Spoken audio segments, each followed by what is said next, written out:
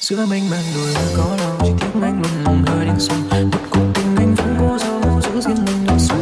Và gió đêm bay từ đâu đến đây khiến con tim mình đau đến vậy. Vì một người đã đến chiếm lấy những rung động này em. Mong mong những giống như lòng mình còn nhiều chơi vơi. Chiều mưa rơi không bên đời nhưng anh vẫn chờ em tới. Ngàn yêu thương sau cuối xin một lời cuộc trời ơi. Yêu em không nhiều đâu cả gì.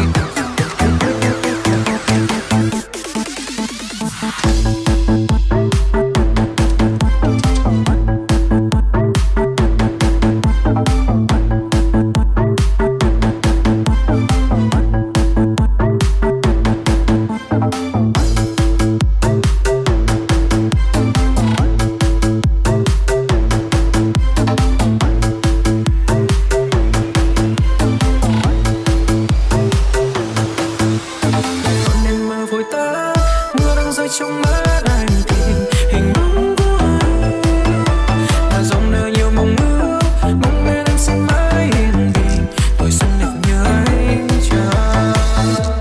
Giữa mênh mang đôi môi có lòng, chỉ tiếc anh luôn lòng hơi đến sâu. Một cuộc tình anh vẫn cố giấu, giữ riêng mình lại sầu. Và gió đêm bay từ đâu đến đây khiến con tim mình đau đến vậy.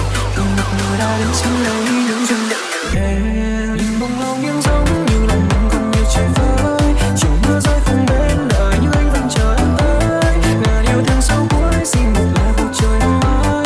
Yêu em không nghi ngơi và si tình chỉ cần thế thôi. Nhưng mà em mơ vội tắt, mưa đang rơi trong mắt anh tìm hình bóng của anh và dòng đời nhiều mong ước, mong bên anh sẽ mãi yên bình, tuổi xuân đẹp như anh chờ.